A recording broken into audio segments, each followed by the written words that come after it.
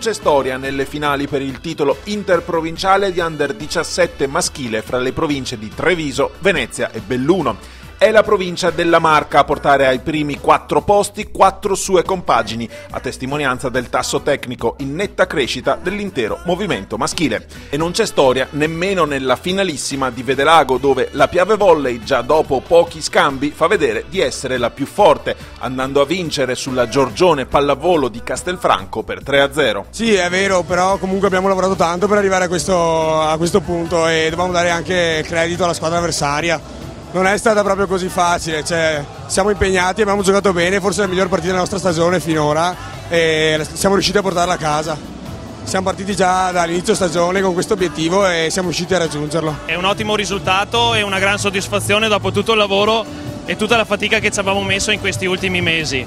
Oggi possiamo dire di aver visto una bella squadra e è, diciamo, la soddisfazione più grande che potevamo ottenere finora. Una bella squadra unita che ha giocato bene e ha dimostrato di saper fare quello che realmente sa fare e può fare. Le prime 3 classificate accedono alla fase regionale. Ecco dunque che la Piave si propone in Veneto come prima forza delle 3 province orientali. Ci alleniamo insieme 3 volte a settimana tutto l'anno, quindi comunque si crea un gruppo, anche se è il primo anno che stiamo insieme. Adesso pensiamo alle fasi regionali. Adesso ci aspetta una fase regionale che stiamo già preparando e soprattutto a livello psicologico, perché il livello sicuramente si alza rispetto alla provinciale e puntiamo a far bene una partita delle partite come quella di oggi. La Giorgione Pallavolo piazza la propria Under 17 al secondo posto. È un risultato storico per la società di Castelfranco, la più numerosa della provincia di Treviso.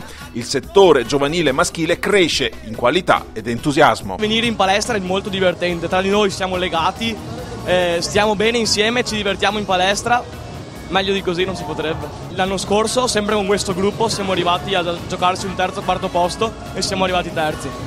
Quest'anno, dopo un buon campionato, delle semifinali in cui ci siamo divertiti, siamo arrivati qui in finale, abbiamo trovato la Piave di là, però noi ci siamo impegnati al massimo, insomma. E mentre a Vedelago si sudava per il titolo, a Castelfranco Motta e Casier lottavano per il terzo posto, l'ultimo utile per accedere in regione. Ha vinto il Motta al tie break. Siamo contenti, però date le partite, i risultati, sappiamo che potevamo fare molto meglio, perché anche le varie finali, la sconfitta contro il Castelfranco ai quarti, alle semifinali, poteva andarci molto meglio. Anche Casier sperava in qualcosa di più, ma deve accontentarsi del quarto posto. Ci sta stretto un po', perché comunque eravamo riusciti a ribaltare un risultato brutto, che è 2-0 per loro all'inizio. E alla fine tie break